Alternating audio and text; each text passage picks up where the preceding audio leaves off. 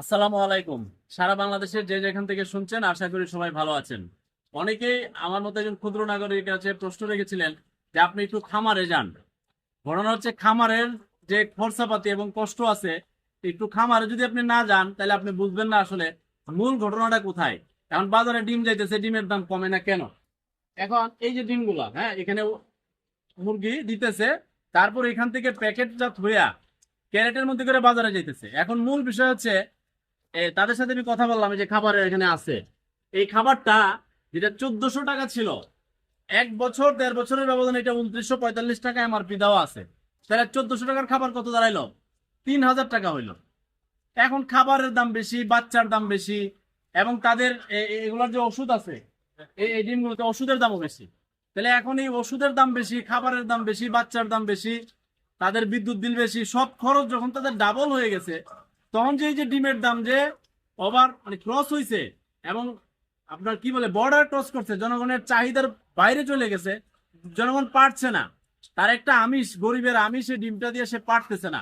এখন যদি ডিমের দাম কমানোর ইচ্ছা থাকে এবং কমানোর কোনো উদ্যোগ নেন, সবার আগে ওই বাজারে কোনো খুচরা দোকানদারে গিয়ে আপনি রেট দিয়া যে আপনি কেন ডিম বেশি দামে বেচতেছেন। এখন খামারের কাছ থেকে যদি ডিম বেশি দামে কিনা নেয়, তাহলে কি সে বেশি দামে বিক্রি করবে না? আগে তদন্তে আসেন ডিমের দাম বেশি কেন। অন্যতম কারণ হচ্ছে খাবারের দাম বেশি, বাচ্চার দাম বেশি, তাদের এই ডিমের এই মুরগির প্রসেসিং এর ওষুধের দাম বেশি, তাদের মেনটেনেন্স খরচ বেশি, যার কারণে ডিমের দাম বেশি পড়তেছে। এটা যেদিন কমাইতে পারবেন, এদিন আপনি বাজারে আপনি অভিযোগ দিয়া, তদন্ত দিয়া, রেট দিয়া, অভিযান চালায় আপনি হয়তো সমাধানে যেতে পারেন। আমরা জানি কিছুদিন আগে বাংলাদেশে ডিম আমদানি করছে ভারত থেকে, 5 টাকা পিস পড়ছে।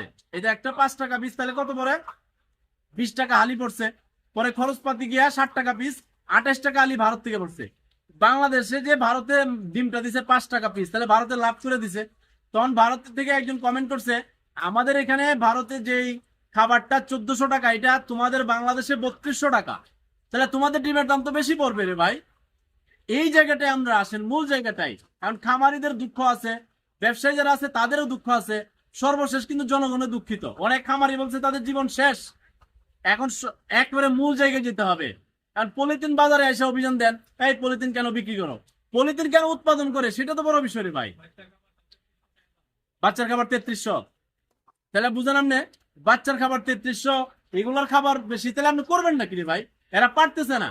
এখন এদের অভিযোগ দেওয়ার আগে আমি অনুরোধ রাখবো এই অন্তর্বর্তীকালীন সরকারকে, দয়া করে বাচ্চার দাম কমান, খাবারের দাম কমান, এই মুরগির ওষুধ মেনটেন্যান্সের খরচ কমান। তাইলে যদি ডিমের দাম কমানো যায়, ঠিক প্রত্যেকটা জিনিস। কেন দাম বাড়তি, কেন দাম বাড়তি?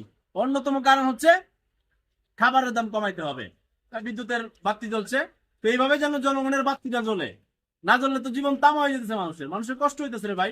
এখন এই মুরগির ডিম মানুষের কষ্ট করতেছে, যে এই যে খাবার, এই যে খাবার খাইতেছে, কারণ খাবারের দাম তো আপনার কমাইতে হবে, নাহলে কোনোদিনই আপনার ডিম কিনা কেউ শান্তি পাবে না। ওই 52, 53, 55 সরকার রেট দিচ্ছে 48, বাজারে হচ্ছে 55। সরকারের রেট কেউ মানে না, বলছে আমরা তো পারতেছি না রে ভাই। তাহলে রেট আপনি দেওয়ার আগে তো আপনাকে আসতে হবে, খামারে আসতে হবে, আপনাদের কৃষি অফিসারদেরকে খামারে পাঠাইতে হবে যে তোমাদের সমস্যাটা কি, কেন দাম বাড়তি। এসি রুমের ভিতরে বসে আপনারা এই রেট দিলে মোটামুটি ঝগড়া করবে খামারির সাথে ব্যবসায়ী, ব্যবসায়ীর সাথে আপনার কাস্টমার, ফয়সালা কিছুই হবে না। দয়া করে খামারে আসুন, তাদের মূল জায়গায় হাত দেন, তাদের খাবারের কেন দাম বেশি, ওই খাবারটা কেন উৎপাদন করতেছে না, ওইখানে জায়গা মতো যান। নাহলে কোনোদিন এই ডিমের দাম বাংলাদেশে কমাইতে পারবেন না, আরো বাড়বে। জায়গা মতো হাত দেন, তাহলে ডিমের দাম যদি মানুষ খেয়ে শান্তি পায়। আল্লাহ হাফেজ।